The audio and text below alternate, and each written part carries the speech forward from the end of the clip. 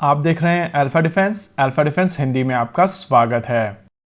आज के इस वीडियो में हम लोग बात करेंगे इंडियन नेवी की तरफ से कंडक्ट किए गए एक मिशन के बारे में। 5 दिसंबर वाले दिन इंडियन नेवी ने एक मिशन कंडक्ट किया था, जिसके दौरान इंडियन नेवी का एक P-8I नेपट्यून एयरक्राफ्ट भारत और पाकिस्तान के बीच के बॉर्डर को शुरू से लेकर अंत तक स्कैन कर दिल्ली वापस आया था। देखिए, इस मिशन को लेकर 3 इंपॉर्टेंट चीजें हैं जो हम लोग यहाँ पर डिस्कस करेंगे, जो 3 अलग अलग तरीके की पिक्चर्स प्रेजेंट करेंगे। वैसे इस मिशन को लेकर जो ऑब्जेक्टिव था वो अभी क्लियर नहीं है, और नॉर्मली जब भी इस तरीके के मिशंस किए जाते हैं तो इनके दौरान समझने की कोशिश की जाती है कि एनिमी की तरफ से किस तरीके का ट्रूप मूवमेंट है। चाइना के साथ भारत ऐसे कई मिशंस कर चुका है, लेकिन अगर डॉक्यूमेंटेड फ्लाइट्स की बात की जाए तो अभी तक भारत ने ऐसा कोई मिशन पाकिस्तान के खिलाफ नहीं किया था। इस मिशन को लेकर जो पहली इंपॉर्टेंट चीज है वो इसका ऑब्जेक्टिव ही है। अगर भारत पाकिस्तान के ट्रुप मूवमेंट को समझना चाह रहा है तो इसके पीछे कई कारण हो सकते हैं, जैसे कि इस समय पाकिस्तान काफी ज्यादा एंगेज्ड है अपने वेस्टर्न बॉर्डर्स पर, जहां पर Tehrik-e-Taliban Pakistan, Baloch liberation front, Baloch liberation army और फाटा में मौजूद दूसरे लोकल ग्रुप पाकिस्तान आर्मी को रेगुलरली टारगेट कर रहे हैं। ऐसे में क्या पाकिस्तान आर्मी इंडियन बॉर्डर पर स्ट्रेंथ को कम करके अपनी आर्मी को उस तरफ मोबिलाइज कर रही है?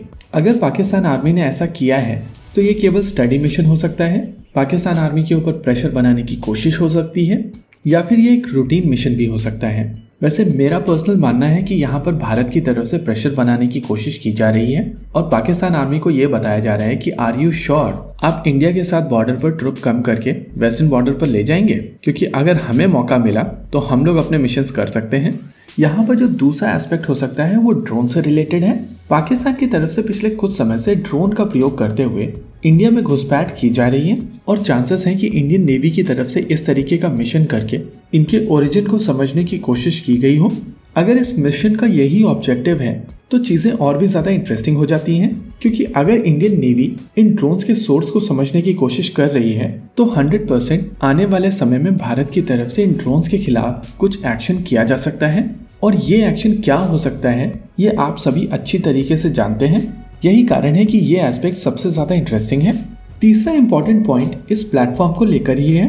ये चीज आप सब जानते ही हैं कि P-8I नेपट्यून इंडियन नेवी का प्लेटफॉर्म है और इसका बेस रोल मैरीटाइम रिकॉनेसेंस और एंटी सबमरीन वॉरफेयर है। लेकिन जब भी बात आती है ट्रुप बिल्डअप की या फिर एनिमी की पोजीशंस को स्टडी करने की, तो इंडियन नेवी का ये प्लेटफॉर्म काफी ज्यादा हैंडी आता है। हिस्टोरिकली भी हम लोगों ने इसको काफी ज्यादा यूज किया है, और हमारे पुराने CDS जनरल रावत ये चीज ऑन रिकॉर्ड कह चुके हैं कि इस एयरक्राफ्ट की परफॉर्मेंस काफी बेहतरीन रही है।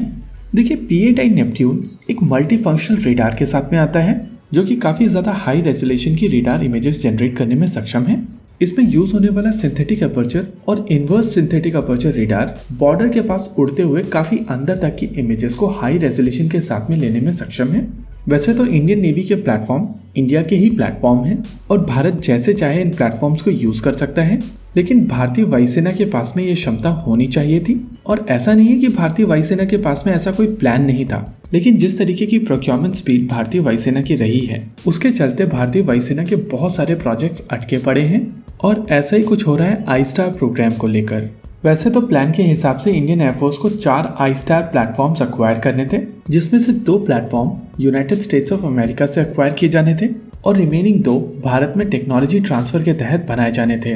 लेकिन ये प्रोक्योरमेंट आगे नहीं बढ़ी, और यही कारण है कि इस समय भारतीय वायुसेना के बैटल मैनेजमेंट सिस्टम की जगह हम लोग इंडियन नेवी के मैरीटाइम सर्वेलेंस एयरक्राफ्ट को यूज कर रहे हैं। वैसे जैसा कि मैं वीडियो में ऑलरेडी कह चुका हूँ कि प्लेटफॉर्म चाहे भारतीय वायुसेना का हो या भारतीय नौसेना का, प्लेटफॉर्म इंडिया का है, और इसी वजह से ये मिशन काफी ज्यादा स्पेशल है।